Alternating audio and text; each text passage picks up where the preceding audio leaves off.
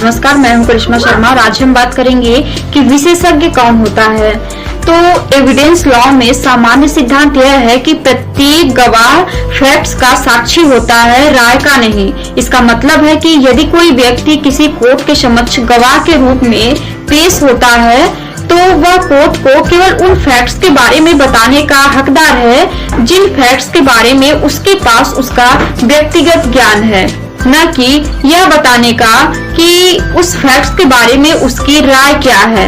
यदि हम भारतीय साक्ष्य अधिनियम 1872 की बात करें तो इसके अंतर्गत भी सामान्य नियम यह है कि एक गवाह को यह अनुमति अवश्य दी गई है कि वह या तो किसी मुद्दे से संबंधित सुसंगत तथ्य रेलिवेंट फैक्ट या विवादक तथ्य फैक्ट इन इशू के बारे में बता सकता है, लेकिन उस तथ्य से जुड़ी उसकी राय क्या है इस पर न ही अदालत ध्यान देती है, न ही साधारणतः इसके बारे में गवाह को बोलने की अनुमति होती है।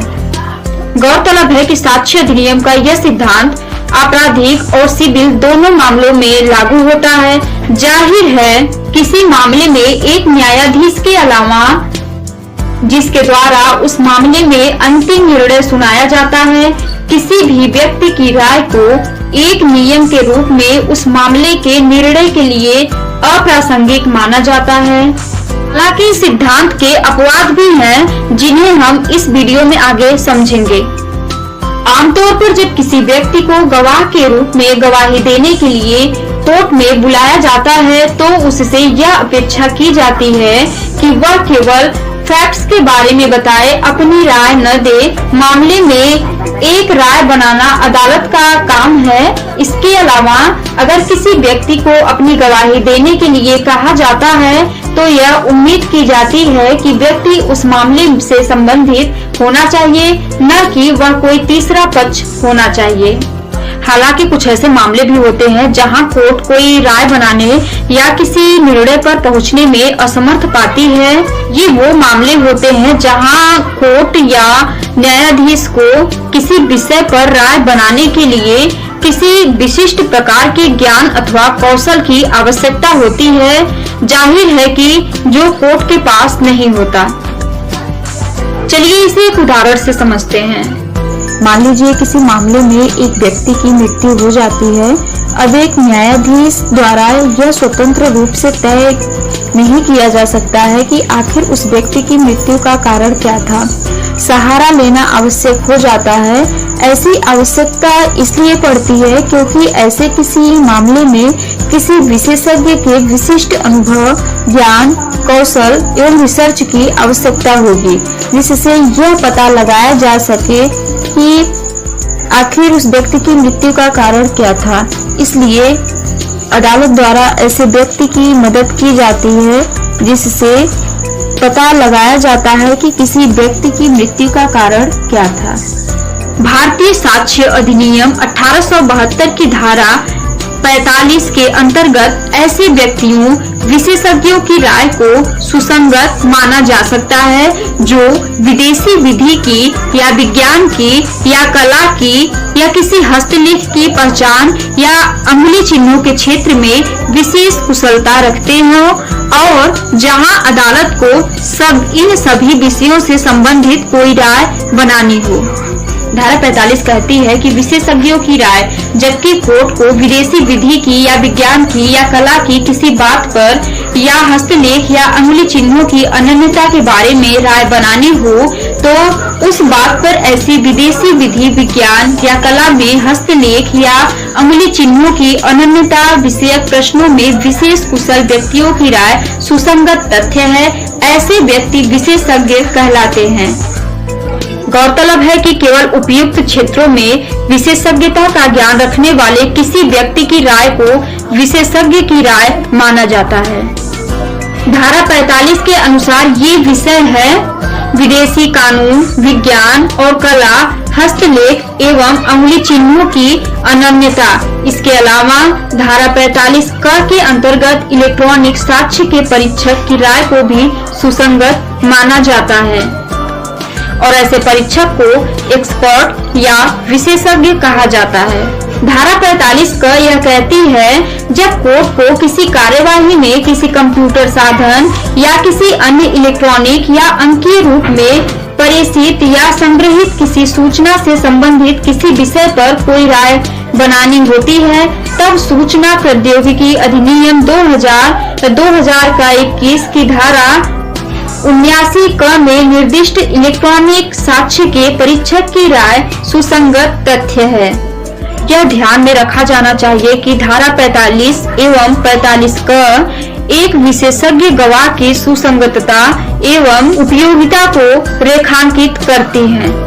रामदास एवं अन्य बनाम राज्य सचिव एवं अन्य AIR 1930 आल 587 के मामले में यह साफ कहा गया था कि विशेषज्ञ शब्द का एक विशेष महत्व है और किसी भी गवाह को अपनी राय व्यक्त करने की अनुमति तब तक नहीं दी जाती है जब तक कि वह धारा 45 भारतीय साक्ष्य अधिनियम 1872 के अंतर्गत विशेषज्ञ न हो या कुछ विशेष मामलों में किसी विशेष कानून द्वारा उसे ऐसी राय व्यक्त करने की अनुमति न दी गई हो। साक्ष्य अधिनियम की धारा 45 एवं धारा 45 क के अंतर्गत विशेषज्ञों की राय स्वीकार्य तब बनती है जब कोर्ट को विदेशी कानून या विज्ञान या कला या हस्तलिखित या अंगुली चिन्हों की अनन्यता या इलेक्ट्रॉनिक साक्ष्य के बारे में राय बनानी होती है। हालांकि ऐसी राय कोर्ट द्वारा चूंकि स्वयं से नहीं बनाई जा सकती है, क्योंकि यह भी सभी विषय एक विशिष्ट कौशल एवं पर्याप्त ज्ञान के मांग रखते हैं, इसलिए अदालत द्वारा किसी विशेषज्ञ की मदद ली जाती है। यह विशेषज्ञ कौन होगा, इसके लिए इसी धारा में आगे प्रावधान किया गया है। ऐसा विशेषज्ञ विदेशी कानून, विज्ञान या कला या हस्तलिपि या अंगुली की अनन्यता एवं इलेक्ट्रॉनिक साक्ष्य धारा 45 क के अनुसार विषयक प्रश्नों का जवाब देने के लिए विशेष रूप से कुशल होना चाहिए, और यदि वो ऐसी कुशलता रखता है और जब वह इन विषयों के बारे में अपनी राय देता है तो यह राय के बिंदु सुसंगत तथ्य होते हैं। हालांकि जैसा कि हिमाचल प्रदेश राज्य बनाम जयलाल एवं अन्य 1999 के मामले में यह कहा गया है कि एक गवाह के सबूत को एक विशेषज्ञ के रूप में स्वीकारने के लिए यह दिखाना आवश्यक होता है कि ऐसे व्यक्ति ने उस विषय का जिस पर वो राय दे रहा है एक विशेष अध्ययन किया है या उस विषय में उसने एक विशेष अनुभव प्राप्त किया है। ध्यान में रखा जाना चाहिए कि इस धारा के अंतर्गत ऐसा कोई पैमाना नहीं तय किया गया है कि किस प्रकार के लोग विशेषज्ञ हो सकते हैं। इसलिए इस लेख में बताए गए तमाम निर्णयों की मदद से हम यह तय कर सकते हैं कि आखिर एक विशेषज्ञ कौन कहलाएगा। चलिए इसके बारे में और गहराई से समझते हैं कि विशेषज्ञ कौन कहलाएगा। किसी भी विज्ञान, कला या व्यापार के क्षेत्र में एक विशेषज्ञ वह है जो अपने अभ्यास और अवलोकन से अनुभवी है। एक विशेषज्ञ का अर्थ वास्तव में एक ऐसे व्यक्ति से है जो अपने प्रशिक्षण या अनुभव के कारण एक राय व्यक्त करने के लिए योग्य बना है, जबकि एक सामान्य गवाह ऐसा करने के लिए सक्षम नहीं होता है। कानूनी अर्थ में एक विशेषज्ञ गवाह वह है जिसने उस विषय को लेकर जिसके बारे में वह गवाही दे रहा है विशेष अध्ययन, अभ्यास या अवलोकन किया है। यह जरूरी है कि ऐसे व्यक्ति को उस विषय का विशेष ज्ञान होना चाहिए। इसलिए एक गवाह के सबूत को एक विशेषज्ञ के सबूत के रूप में लाने के लिए यह दिखाना होगा कि उस व्यक्ति ने उस विषय का एक विशेष अध्ययन किया है या उसमें एक विशेष अनुभव हासिल किया है, या दूसरे शब्दों में कि वह इस विषय को लेकर उचित कौशल एवं पर्याप्त जानकारी रखता है। मतलब है कि एक विशेषज्ञ को गवाह के रूप में योग्य बनाने के लिए कोई औपचारिक योग्यता आवश्यक नहीं है। धारा 45 एवं धारा 45 क इस ओर कोई इशारा भी नहीं करती। उदाहरण के लिए मैसूर हाई कोर्ट के अब्दुल रहमान बनाम मैसूर राज्य 1972 के फैसले में एक पेशेवर सुनार की राय को सोने की शुद्धता जांचने हेतु एक विशेषज्ञ की राय के रूप में प्रासंगिक माना गया था। हालांकि उस सुनार के पास कोई औपचारिक योग्यता नहीं थी, उसकी एकमात्र योग्यता उसका अनुभव था। और मामले में विकलांगता को प्रमाणित करने के उद्देश्य से एक बहरे और गूंगे लोगों के स्कूल के प्रिंसिपल को एक विशेषज्ञ के रूप में स्वीकार किया गया था। तो उम्मीद है कि आज के इस वीडियो में आपको समझ आया होगा कि विशेषज्ञ कौन होते हैं, और अगर कुछ पूछना चाहते हैं या अपनी राय देना चाहते हैं तो कमेंट बॉक्स में जरूर बताएं।